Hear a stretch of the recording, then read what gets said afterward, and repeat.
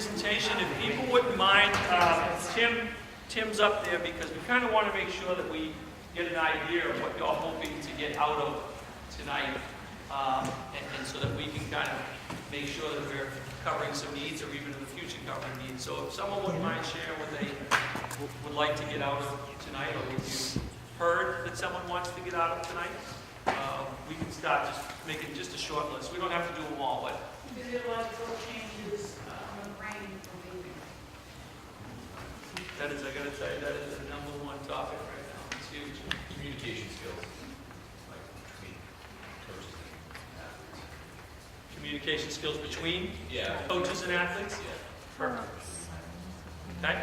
I would add parents to that, communicating with parents when you have a concern about the athlete. Okay. You get that one, Tim? Athlete and parent, right? Yep. Yes. Yep.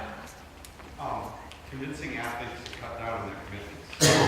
So many of them now are overcommitted. So balancing the commitments. Yeah. Is everything on the table here? Yeah, we're not on, yeah, everything's on the table. Okay. Bullying amongst teammates. Yes. Okay. Ooh, look at that response. I was gonna say supporting the other, your co-players, teammates. Okay. Supporting them. I'm sorry? Supporting athletes. Supporting your teammates. And if, if afterwards you want to add something to the list, we'll add it. 'Cause again, I think we're all sharing the same challenge. It doesn't matter what school you're at, it doesn't matter what sport you play, and coach, it doesn't matter. We're all running into the same things. With that being said, I want to introduce John Underwood, and before I ask him to get up, I have to tell you, I don't know how many years it's been, but I remember the first time I saw one of these, and I remember seeing Tim Leader, and it was just so powerful because John comes at things from such a factual, evidence-based perspective. He does, and he'll tell you, he does a lot of testing on elite athletes, and I think sometimes parents get upset with me as a parent, right, when I say, no offense, he's talking about like Marines and SEALs and elite athletes and pro sport teams. We love your children, but if it's having that kind of impact on them, think about what it's doing to us. And as I said, John comes at it with a passion that I am so impressed with all the time. I'm thankful. He's actually putting on a presentation tomorrow through the NHIA, but he drove up here early today to do us a favor and come here and speak with us. So I really am grateful, and I think you're going to take a lot out of his presentation. So John, Thanks. And I'll use this because I got to save it for tomorrow. And all these are all good things. And I don't care if I'm talking to a top college team or a group of individuals in even higher levels of performance. A SEAL team. I worked with those guys for 7 years. I'll tell you about some of those projects real quick because I'd rather give you guys some things you can use with your kids than tell you stories that are a different totem pole. But all these things are important, just as important as the strategies, what offense, defense, what lifts we do, what workouts we do, and all that stuff. If you got a dysfunctional group of people, they're not ever going to tap into the potential they could have anyway. And I was just talking to coach, the hockey coach here, and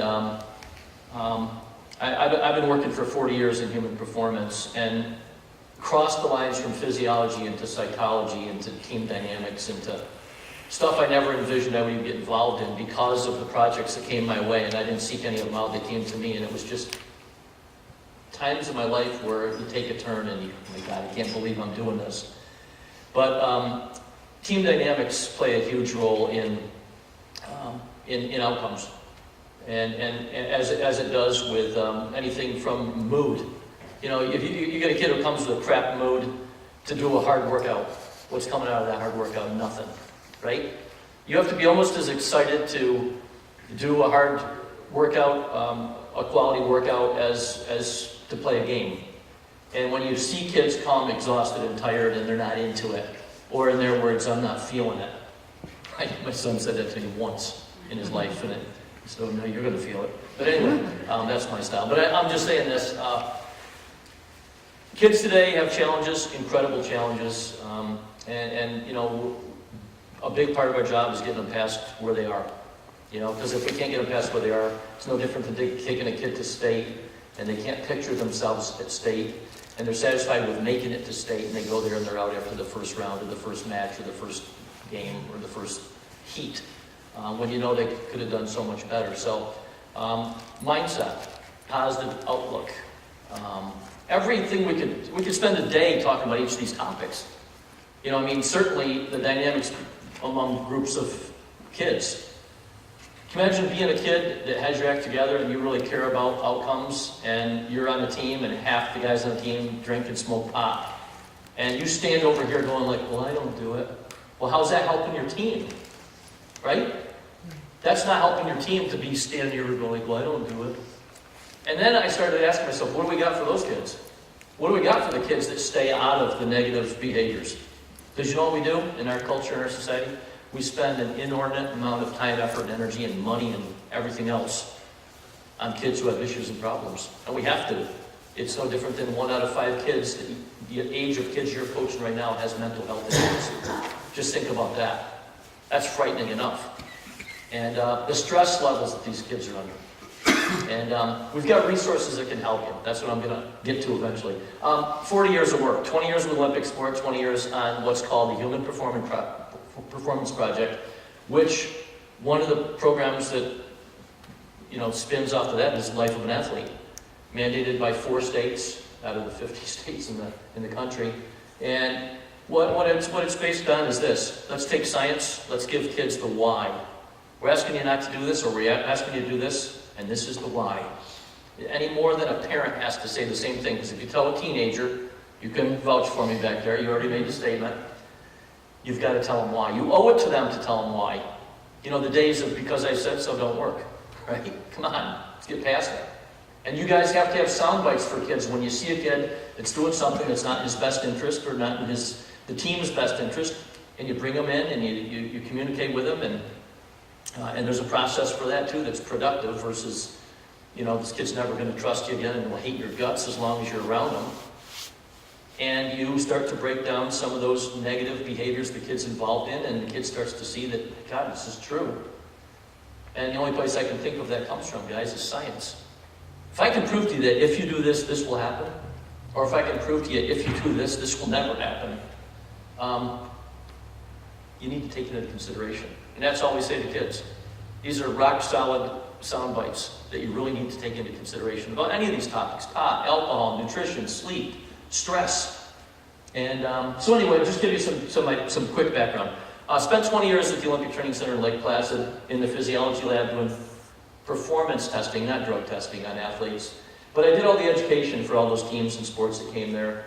And it was a great life, but I was done with Olympic sport because I actually coached at the same time. So it was 2 full-time jobs, and I had 28 individual Olympians that I coached, and I had 5 medalists. And so that was a very, very demanding life.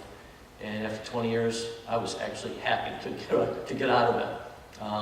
And not to say I didn't enjoy it, but it was as awesome as it was also something I had no problem leaving.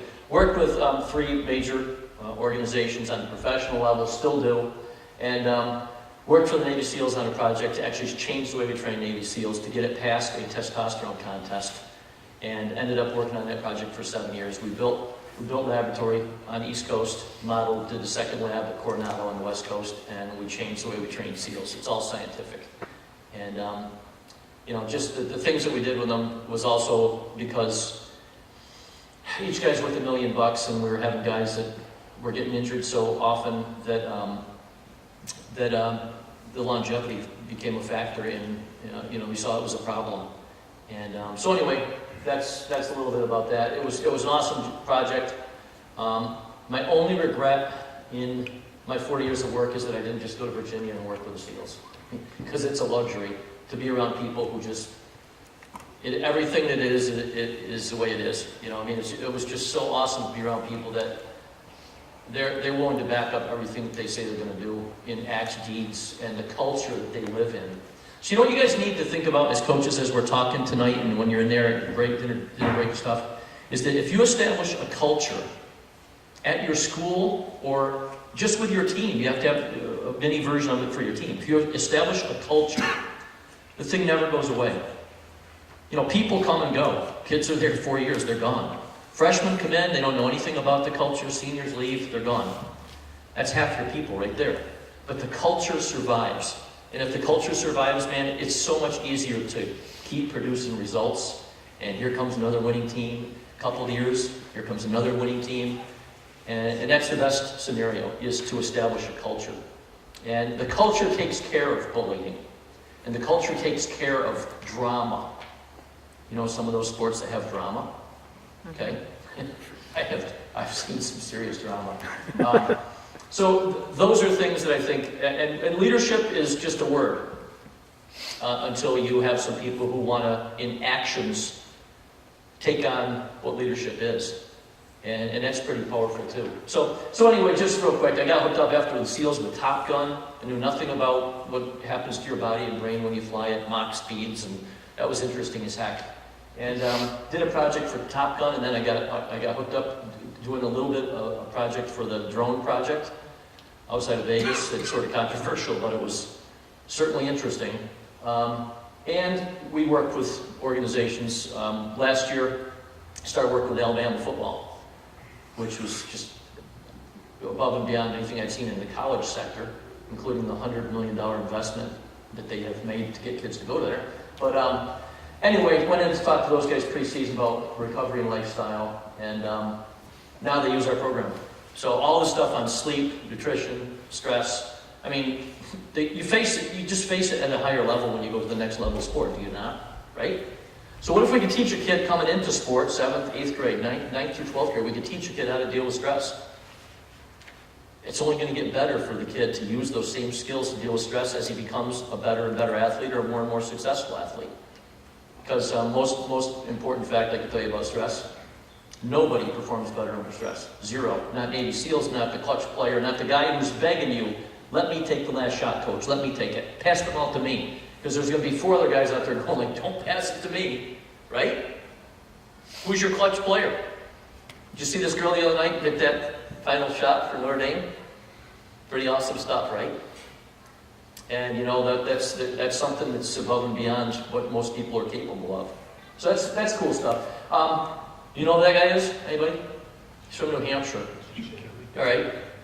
I've known Chip since he was at New Hampshire. I went in to talk to New Hampshire hockey one of the years they played for the Frozen Four, and Chip said, "Who is this guy? Bring him in. He's talking to my team." So I went to New Hampshire and talked to his football team here. Then he went to Oregon, talked to his team every year he was there, including the 2 years they played for the national championship. And he had lots of problems there at Oregon with his team, believe me. And the 1 year they actually lost the national championship game, 3 seconds left on a field goal because of this. Right there. Hot. 60 out of 100 guys smoking dope. Pathetic. And so just think about some of these things. Just called me last week, going in, I'm going to be in California at the Opioid and Pot Summit for state of California. They're up to the neck in both items. And I'm going to go to talk to his new roost there at UCLA. And he'll turn that into a successful program too. And last but not least, was a performance consultant for sports science for the Eagles. And when Chip left, my buddy, who was the guy that trained all the Navy SEALs team, stayed, Sean Hulls. And he's still there. And science is what made them go from winning 2 games to winning the Super Bowl and beating, I hate to tell you, because you're probably all Patriot fans. That's science, okay? And science is what closes the gap between, random and awesome and predictable, okay? And at the high school level that you're coaching at, you're going to have a lot of random. You're going to have kids at one game, you go, oh my God, this is the same kid. And the next game, they score 2 points or no points. And the next night, they go out and throw in 30. It's all over the board. And I'm going to give you my view on that after watching this for 4 decades with kids. You know why it's all over the board? So is their lifestyle. If they were focused, who said something about focus? One of you guys asked about how to get kids to narrow down the list, and right? Okay? If they were focused, their results would be much more consistent. And that's what happens in higher and higher level of sport. Each level of sport you go up to, you have to get more and more consistent. And when you're in the pros, you know what they expect? They expect your regular points per game. And if you don't come up with the points per game, somebody else is out there playing. All right, so we got to get moving. Real quick, I was a high school athlete in New York State. My dad was an athletic director, just like the athletic director in the back of the room. And he was a good one. And never had my dad for a coach, but on dirt in high school, that's what I ran. That's my first race I ever ran. I ran 1,000 races. I was a world-class runner. I was an NCAA All-American. I got third in NCAAs in steeplechase, if you know anything about that event. But I ran for 27 years, and there's my best times. That's 2 miles. That's steeplechase. But anyway, that's 400, 800 mile, 2 mile steeplechase. I figured during that time I did about 10,000 workouts. I went out to Oregon and ran for Bowerman, the guy that started Nike. And I just think back, like all these things, and I said this earlier to you guys, times in your life where you're, for whatever reason, you just went off on the side path, and later you just go, God, can you imagine if I had never done that? How much your career would have changed. Any of us, including kids. A choice that you make changes your life for whatever. That you weren't serious and you had your list of a million things you're good at, all of them, to answer your question, and all of a sudden you ditch some stuff, or you get some new friends, or you get more serious, and the light goes on, and all of a sudden you're a state champ. And you get a college scholarship, and you go to college, and you're All-American, all of a sudden you're playing in the NHL, I don't know. We got all the scenarios here. That's what I've seen over the 40 years I've been working on it. So, bottom line is successful people consistently do what normal people refuse to do. There's part of your answer. Coach, there it is. I always say to kids, what could you do without? On a day-to-day basis, what could you do without? Because most kids today are just way overloaded. And a lot of it can't stay in the air and it hits the ground. So that's something you got to say to I don't think it's any coach's right to tell a kid you can only do my sport, or you're mine. You don't own them. You own the process. That's it, which is training them. They own everything else, including what they win and achieve. I doubt any of you guys are coaching from day one till the end of your career, so you can add up your coach's record for coaching for 30 years. I just made this week. This is one of my new posters. Bombard them with propaganda. Read it. That's what it's about. The people who care the most are the most successful. It was already in the previous slide. I care about everything. And that's no different than a kid who's an awesome student and cares about his future, or a kid that comes to school because he's got to be in school for 7 hours every day. Right? And you know who's supposed to make them care more? Parents, of course. Coaches, teachers, people who sign up to be with kids are supposed to make them care more. If they don't care, make them care. What can you do to help a kid care more? And that's way harder than just making a statement. Do you think today's kids need to be more motivated than our generation, my generation, your generation? You better believe it. They're less focused, less motivated, got more distractions, got more stress. It's a train wreck. So start thinking of, okay, this is what we're dealing with, and we've got to develop a different plan or logic model to deal with it. You guys know where the word coach comes from? I always show this to start off. It comes from the word co-achieve. Do you know that? No, almost nobody does. And I do coaches clinics called Coaches Super Clinics all over the country. I have somewhere there'll be 400 or 500 coaches. And we spend the whole day. The next one's in Lake Placid this summer, I'll tell you about it. Anyway, co-achieve. The origins of the word coach come from co-achieve. I didn't know it until I found this tidbit. That's pretty valuable. You're helping somebody do something awesome and special with their life. I can't even imagine, I don't know, maybe, how about you? You're a coach, some reason you're a coach. I can't even imagine what it would have been like to go through my life to being 63 years old in a couple weeks. I'm 63 plus a couple weeks. But if I hadn't had sport in my life, I'm sure I would have found something else to do. Sure has made it pretty awesome to have that all my life to do and to be around and to watch and to care about. So anyway, just get there real quick. When I was doing a Coaches Super Clinic in Edina, Minnesota, and they said, we want you to meet somebody special, and it was a high school coach that had been coaching swimming at Edina High School, the most successful sport high school, for 60 years. He's an Olympic champion, many NCAA champions and a bazillion state champions. And Edina High School has won 190-something state championships in sports. The next closest school in the state is 60. So it's a pretty special place. And this guy comes to my coach's super clinic. So after I get done, I go, Coach, what do you think? He goes, this was awesome. Right? And he's been doing it for 60 years. So here's his quote.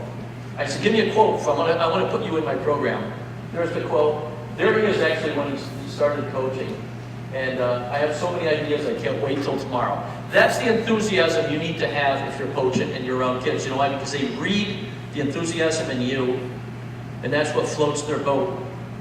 You got the ultimate enthusiasm card to play with the kids you deal with. So remember that every day when you go there. That that's on you. Just like it's on a teacher in a classroom. And even if they're not engaged, they're not motivated, they don't care, you still got that card to play. And you need to play it. Okay? So this is another new poster from this week. I mean, you know, guys, you know where these posters come from? From me. In my spare time, which I have none of. And you can ask my wife, because she's here too. She's reading the back row back here. And she said, I'm making these things up at night sometimes when she's reading or watching Russian TV because she's from Russia. And I'm making posters and putting them up on my website. So this is the way it is. You know, the chip leaves without you to some extent. But we start our lives, and there it is. The clock's running. And you got 4 years to deal with these kids, or if you're a middle school coach, maybe you have a couple years. And as best you can, you prepare them for what's coming and try to help them maximize as best you can their potential. And we have a summer session in Lake Placid. It's 4 days at the Olympic Training Center. If anybody's interested, bring it. A couple of you, I don't care. You can bring stuff, you can come back with a shopping cart full of stuff to help your program, and you can be doing this, you can be doing between all of you coaches, you could be saying, here's what I learned at this thing. We also, let me skip through these, we also have a coach's super clinic. We're going to spend 40 minutes here if you pull me off with a hook, but anyway, we have one that goes on for 2 days. So you're there for 2 days talking about everything from athletes who use drugs and what it does to performance to, you know, training effect, recovery, performance, you name it. So anyway, studies based on mental and physical performance from elite populations. And if you have somebody that says, well, that's pro hockey and that's the Navy SEALs, what's that got to do with a high school kid? Well, I can tell you this. They didn't start looking for information for, you know, pro football in Pee Wee football. You know, I mean, you look at what the best people do, and you water it and filter it down to the level of development where you are in sport. And you have to say, okay, these people all came through the same pipeline. What are the best things we know about the best kind of training to do at these time frames of a young athlete's career? And it's science-based. So, I mean, you know, even though we now have been obliterated in prevention and science, anything that has to do with science has been now told science doesn't matter anymore. Just sadly, I'll just, without getting political, I'm just going to say, what are you going to base it on then? It's no different than a kid who's going to smoke weed because his friends smoke weed. Is that a smart move? Or should I think about the science? Or a kid who vapes. Right? Now this is the big topic, right? Kids are vaping and it's, you know, is that good for you? What's the fallout? What's the chemical residue that's left? All this stuff. And you got to have those sound bites to educate kids. So let's just talk about what we can do for kids. If we said what are the biggest factors in performance, realistically, the foundation for everything you can do as an athlete is how you live in your life. I don't care. How many people do you know that were amazingly talented, could have been unbelievable, but they had some crap lifestyle, right? Do we all know some stories? Either kids you went to high school with, or maybe they didn't care, right? And no one made them care. Or maybe they had some horrible home life. They had no assets in the home. Nobody, you know, I had a couple years ago a guy tell me that they had a 3-time state champ, and the parents had never seen the kid wrestle. There's a wrestling story for you. A kid out of Long Island. And they said the kid was unbelievable, and they said his parents were just totally negligent parents.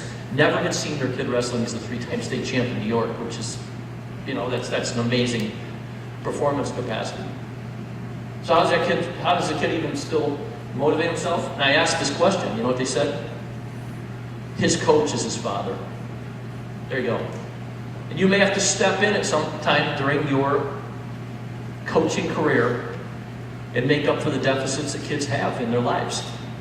You know, some hell on earth home life, and you're the one that latches on and connects with a kid and becomes what saves them. So anyway, you greatly underestimate, you already had the quote from Angelo, you greatly underestimate the impact you can have on kids. And I can also tell you this, if you ask more, you get more. If you raise the bar, kids jump over it. If you lower the bar, they crawl under it. And if you leave the bar where it is what it is. That's where you can use the saying, to me, it is what it is, right? And you know, as a coach, constantly try to learn new things, constantly try new things, better, and ask for people's best. I don't want anything but, if I'm going to spend time, effort, and energy to give a kid a gift, I want your best. That's the talk you can have with your kid when your team season starts. I don't want so-so, I don't want to see it sometimes. I want your best every time you come to be with me. And you know what the deal is you make with them? I'll give you the same thing. I'll give you my best every time I'm with you. And you got to remember that and deliver, right? So think about that. This is another one. I always talk to people about your season, right? They come to you and the season starts, right? Games begin. I don't know about this spring, but anybody coaching spring sports? That's pretty scary, right? We should be able to play in a couple months. But think about this. Kids need off-season training to prepare. And when the magic day comes and the season begins, you hope that they're ready to go. And even during the season, they're still going to go up a few ticks. But, I said to you guys, can you imagine the average high school sports season is 10 to 12 weeks? 70 to 84 days. I don't care how awesome you are as a coach. That's not a lot of time to make anything happen. So you have to give these kids stuff to do in the off season. Maybe they play some other sports, but certainly your season's made in the off season. So let's just talk some real quick. I'm going to give you an example of sound bites. Now, one of the big things we want to get across to you, maybe it's not up on the list there yet, but it should be, is okay, what if we could show kids the best things we've got in all these different areas? So let's just lay down the areas. Stress, all right? You don't have a sports psychologist in your school, do you? All right? Most colleges don't even, if you could imagine. They have a psychology department, and I go, anybody from the psychology department working a team? No. Well, that's interesting, okay? Physiology, you got a physiologist in your school? Right, so you better know a lot about training. Do we have a core battery of tests where you can monitor how a kid improved all 4 years of high school? Do we have records on the weight room walls where we can say, there's the freshman records for all the lifts we do, there's sophomore, junior, senior records, right? Medicine ball throw for distance off your knees, stuff like that. Just so that you can actually show kid, here you were as a freshman, look where you are as a senior. That's awesome stuff. That's feedback. There's motivation, there's buy-in. Core battery of test every week, every time you start your sport.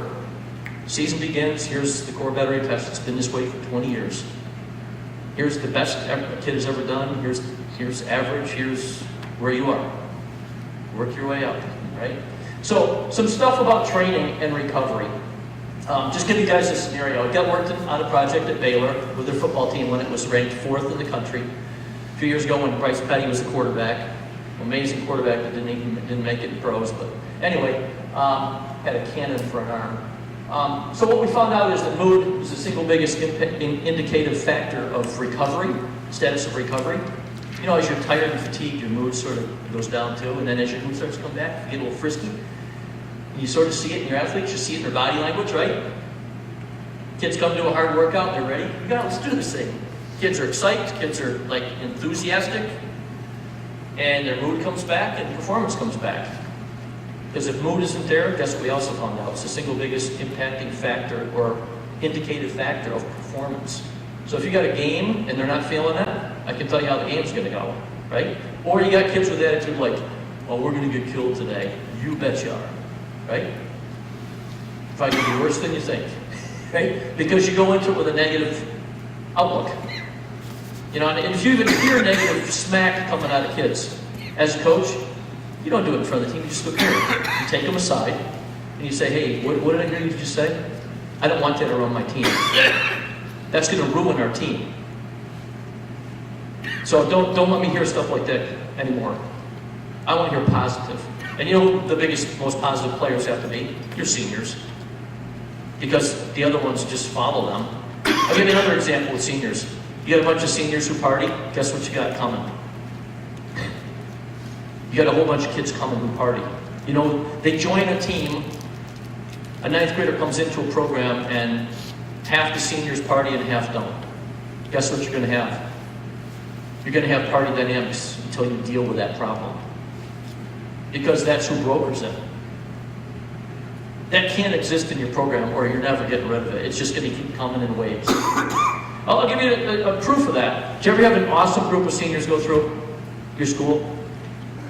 And it leaves a legacy. Oh my God, what a group. How are we going to, you can't replace them. You just go, what an awesome group of kids. All right, I got another one for you. It's terrible to say publicly. Did you ever have a horrible, nightmarish group of seniors go through? And I've heard school people, even administrators say, yeah, we just can't wait till they're out of here. Right? I mean, that's not bad to say, because it's just the dynamics. You've got a bad group of karma, and everything coming behind it is tainted by it. And there's sayings that go back to the beginning of time, like the rotten apple in the barrel and all those things, that they're living proof of it. So guys, let me just give you a scenario of what we found out from the Baylor Project and we'll go on. When you want to have a really positive practice, you have to have very high mood elevation when you start the practice. I mean, you can't have kids that are like, I don't know if I'm going to like this or not, or I'm not psyched to do this workout. Or what are we doing that for? Why are we doing that? You know, I mean, or you see this, body language that you just go, you got a kid. I'm going to ask you to do an 8, 9, or a 10 on a scale of 10 workout, and that's how you're coming. Because nothing's coming out of that workout. You got to be psyched to train hard. If I'm going to do intervals where I'm going to squat, or I'm going to lift, or I'm going to have a hard practice, you better see it in the psychology of what's going on and the physicality of what's going on, and even in their body language. Because if you don't, that's not going to equate into anything. Secondly, start the workout fast. I see coaches make the mistake of like, stop, go, stop, go, stop, go, talk. Everybody here sit around, okay, now we're going to get going again. And this is just how it's evolved. It's a high-level sport. Start the workout fast. Start the workout with some good intensity. Get all the pre-activation done before a workout and do your warm-up, and then go into, you have to tell them before the workout what you're going to do today. Get it all out of the way before the workout. Okay, here's what we're going to do today. What's that? Oh, here's what we're going to do today. You tell them right from the beginning before you even start this, because otherwise you have to do it after you started the workout. It's all stop, go, stop, go. People standing around, people start socializing, right? And you see pods start to build up. And the flow goes from activation of all your muscles, because they sat all day at school, to the warm-up, to the workout, to the warm-down, to post-training recovery methods, including post-training muscle restorative practices that people don't even know about. So that's how you run optimal workouts now, and you compress all the physical training part of the training into a 1-hour segment. Because that's all that your hormones at that age, the highest of your lifespan, we wish we had those hormones at this age, will support 1 hour of high-level work. And the hardest group to convince of this that I've ever dealt with was USA Wrestling and the Navy SEALs. Because they thought, now we can just go 2 hours, 3 hours, 4 hours, hammering. You can't. Hormones support 1 hour of high-intensity output. After an hour, the hormones start to come down, and there's not enough hormones to impact training effect anymore. So why would you continue to do more?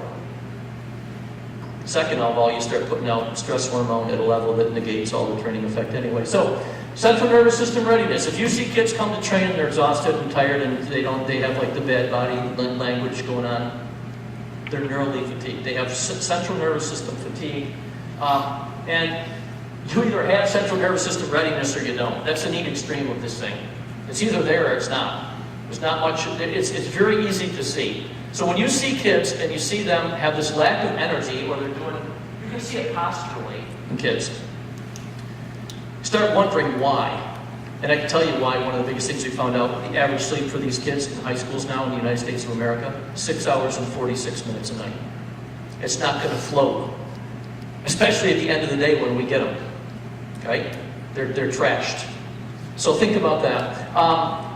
It all has to do with neural drive. The signal from your brain to your muscles, whether you're a skill-based sport or endurance sport or whatever, here it is. Brain provides what is known as a neural drive to the body. This is electrical signal sent from the brain to the muscular system, which activates muscle fibers that are responsible for generating power. Heavy stress from high-impact training or loads above 90% in speed or power outputs like lifting, 90% of a max load, and it terribly impairs your system. So if you play a game, you're at 90% the whole game, right? You're going out sprint, sprint, sprint. On the ice, how many times in the shifts, right? Wrestling 2 or 3 matches in a day at a tournament, whatever scenario you want to come up with. Playing 2 or 3 games where your skills start to fade, right? At some point in time. Your brain can't maintain the signal to the muscles. So I put it in here just so you can read this. And I want to read it to you because I want you to understand this. This is science. Listen, the decline in ability of a muscle to generate force under the highest levels of fatigue. There are 2 main causes of muscle fatigue. Limitations of a nerve's ability to generate a sustained signal to the muscle, or the ability of calcium to stimulate the contraction of the muscle. So here it is. The muscle's ability to generate force is most strongly limited by the nerve's ability to sustain a high-frequency signal. You get tired and the signal weakens and there's misfires. And that's mistakes and turnovers. And all right, why are there more turnovers at the end of a game than the beginning of a game? Right? So there's 3 people in basketball and mistakes in hockey, and all of a sudden the passes are way out in front of people or way behind people, and you start seeing it come unglued. This signal gets tired. A kid who doesn't sleep already has the signal impaired before he goes to play the game. A kid who smokes dope and drinks has the same thing. He has a problem with the signal. How do we know? We know that if you go over 90% of your full speed, it trashes the signal. You're asking them to go out on the ice how many times in a hockey game and go max, max, max, max, as long as you can until you come off and get a rest. And by the time they get to the end of the game, at the level of high school hockey or basketball or anything else, you've got kids that are running up and down the court or going out on the ice at 60, 70%. All right? If you lift over 90% of a max load, the same thing, you damage the signal very quickly. So here's some things I found out from a study I did. Optimum speed of reaction to a visual stimulus, just like Jeopardy, right? You ever see the guy in Jeopardy that looks like he's got the thing that doesn't work? He's going like this, and he's going, is this thing broken? Because people reacted, you get to answer the question first. Kids have a reaction time of about 186 thousandths of a second. Kids who don't sleep and, for instance, have neural fatigue, it's about 231. Kids who don't sleep all night have about 246. 248 for people who have low blood sugar. Okay, you got kids who eat lunch at what time at your school? Yell one out for me, somebody. 10:30. 10:30. And they're going to come see you at 3 o'clock. And they haven't eaten anything or drank anything since 10:30. Well, from 10:30 till about noon, their blood sugar went up and then started coming back down. And now they're coming to see you at 3 o'clock, and 21% of them, because I did a study on this, 21% of high school kids report to practice at 3 o'clock with borderline low blood sugar levels. How's that workout going to go? Right? Quality of the workouts down here, all they had to do was elevate their blood sugar levels. It's in the Power Back Diet, which we wrote. So, low blood sugar slows it down even worse than a whole night of no sleep. Do you guys ever get so low blood sugar that you get sort of shaky? Anybody ever, for endurance athletes, it's called bonking, or, you skip breakfast and all of a sudden you just go like, oh my God, you can't think straight. Your muscles and brain run on your blood glucose levels. So you've got to elevate them before you train on a daily basis. Even if it's an easy day, you got to do it. Same thing in between matches or contests. Average alcohol decrement we saw was about 0.305. Now it's a third of a second instead of this. And pot, once a week, 3 to 4 times a week, and daily pot smokers heading towards a half a second to react. Well, that's going to really help you. That's going to help you driving a car. That's going to help you being an athlete. That's going to help you, playing especially a skill-based sport. Because that's in your system. It's not leaving until you stop using it. Want to hear a soundbite for kids who smoke pot? If you actually have to confront this in your program. That it builds up. If you smoke pot once a week, it never leaves your system. Want to hear why? The half-life for today's pot is 10 to 14 days. Meaning if I smoked it today, I would have THC in my brain and central nervous system for 10 to 14 days until it cuts loose and leaches out of my system. So if a kid smokes pot every Friday or Saturday night, right, once a week, It never leaves the system, and every week more is accumulating, and more is accumulating, and more is accumulating from smoking once a week. All right, so that's got to be in part of the FYI when you start talking to kids about pot. And by rights, they shouldn't even be able to train or practice or play until they can pass a legit pot test, because you're sending them back out on the playing field.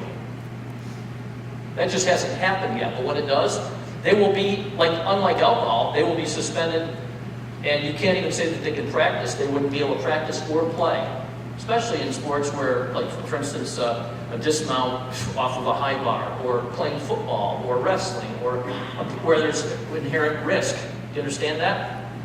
I wrote an article about this for National Federation of High School Sports magazine, and people went no, he's got a point. That's a pretty good deterrent for pot. If you get caught for pot, you can't practice or play until you can pass a pot test. That may take, if you're a regular pot smoker, that may take 2 or 3 or 4 weeks, and your season's over. That's a great deterrent. People don't use it. I don't know. We're too nice nowadays. Okay, guys, what do kids do all day at school?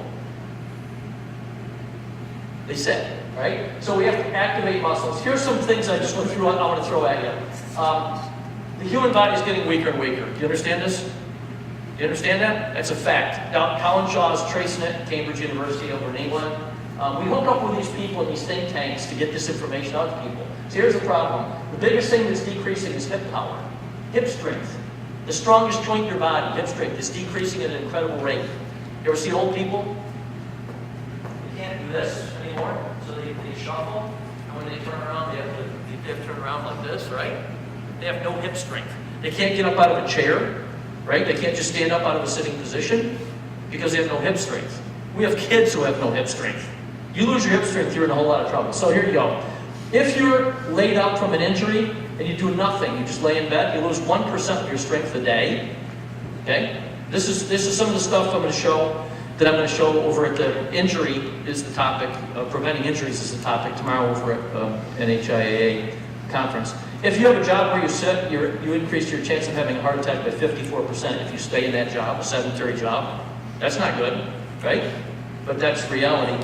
Unhealthy kids, how many?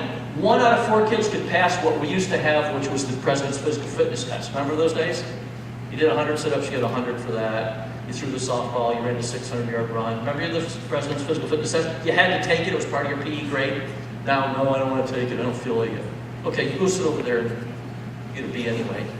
So anyway, kids are unhealthy. Kids are going to come to you and want to be on your teams, and they're not healthy.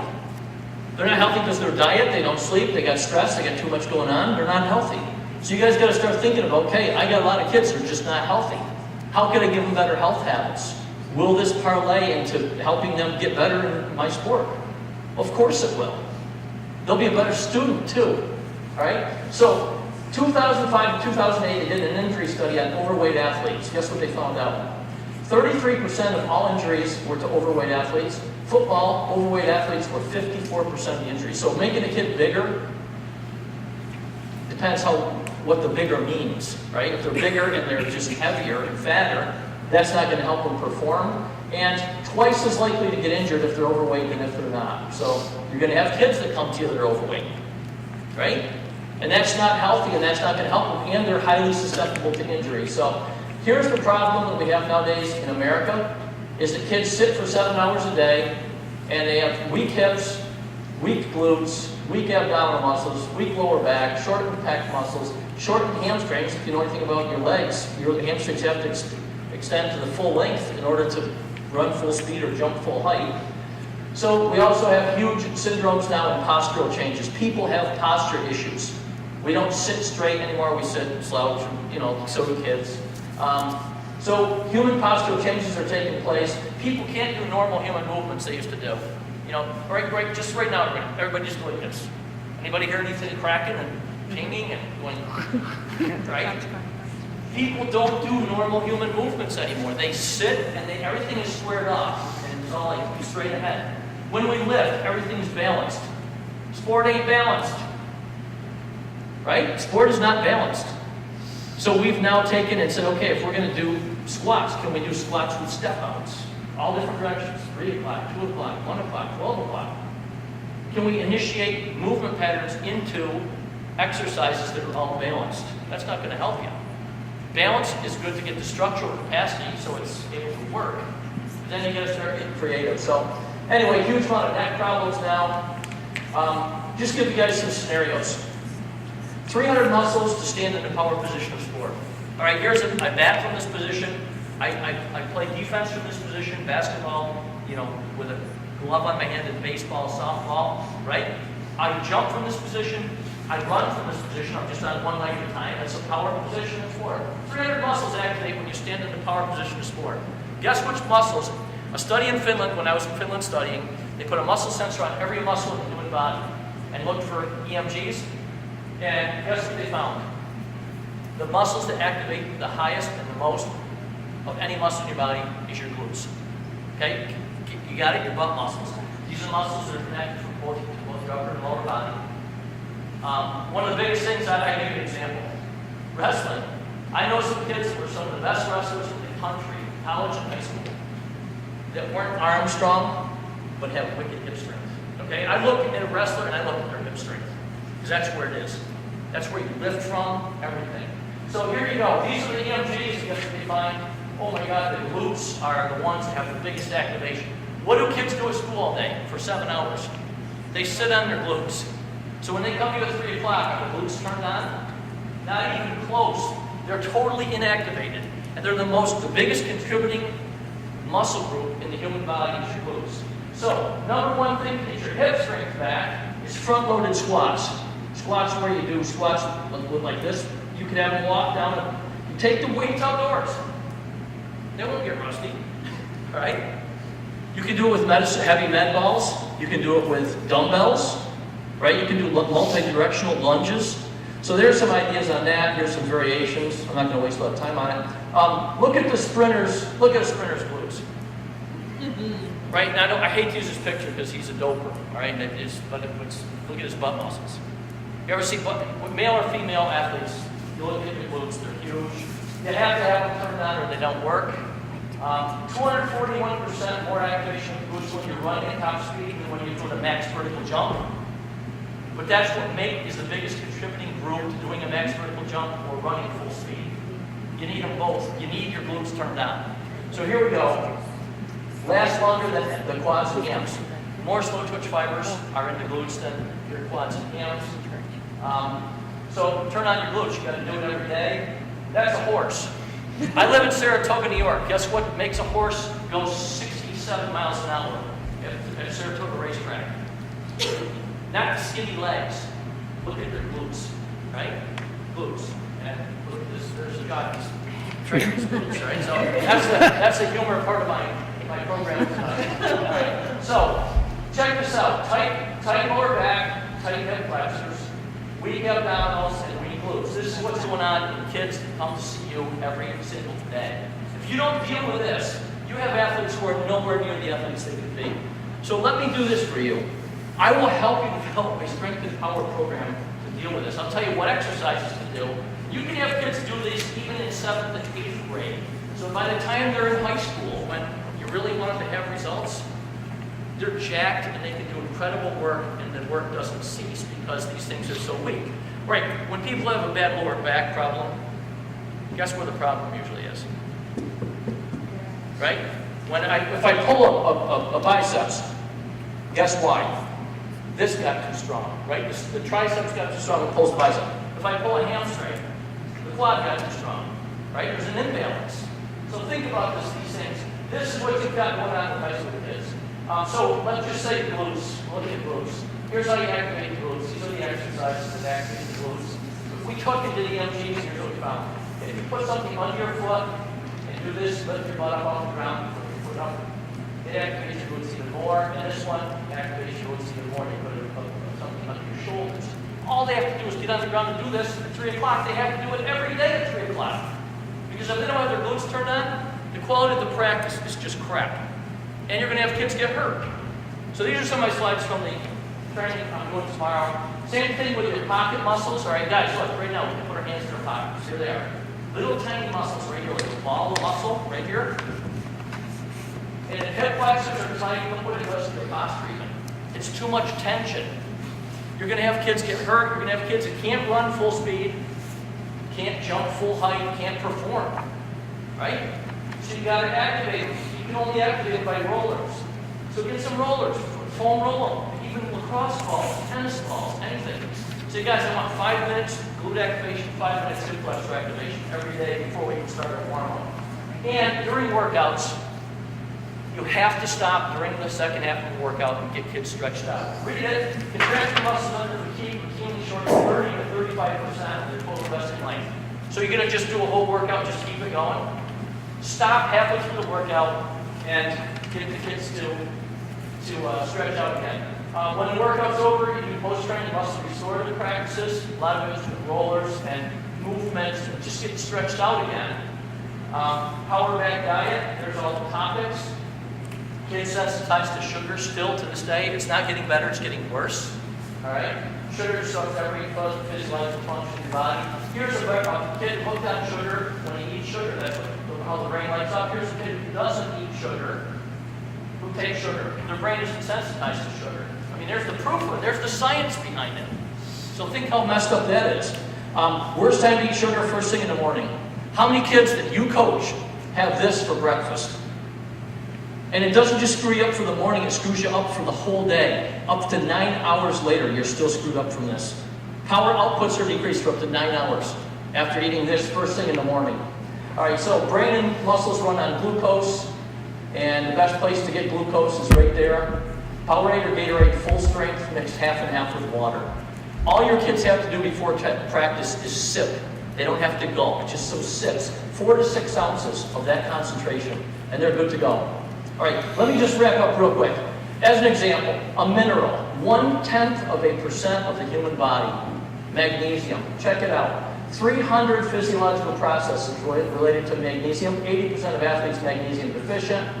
People who use alcohol, way magnesium deficient. All right, this is synaptic density. That means that the ability of your nerve cells to increase and connect in the brain tissue.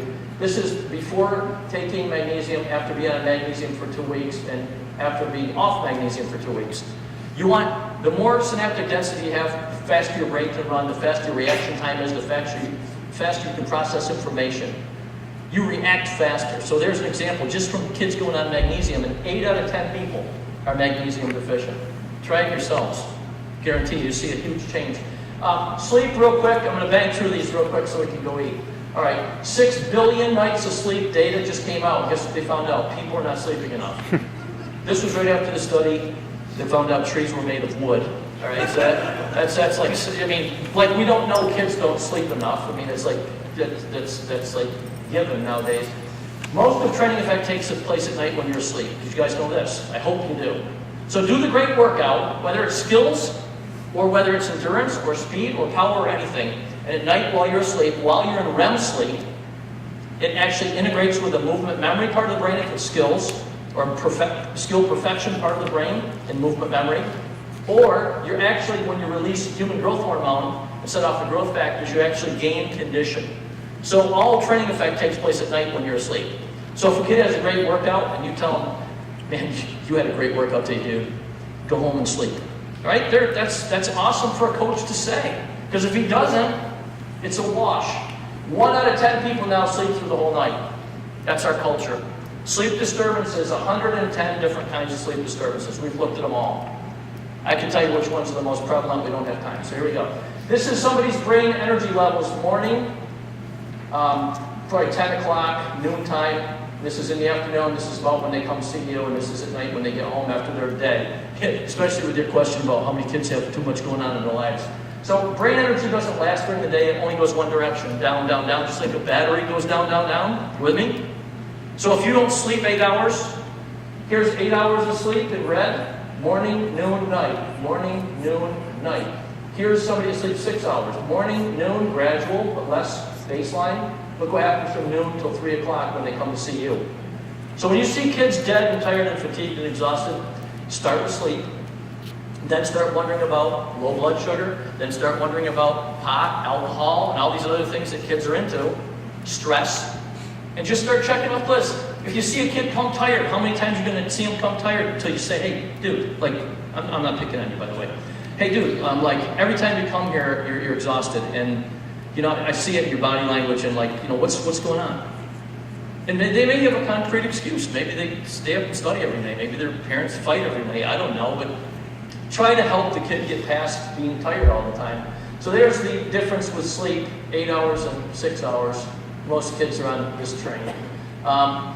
Anyway, that's that. Stress, we got to talk more to kids about mental wellness.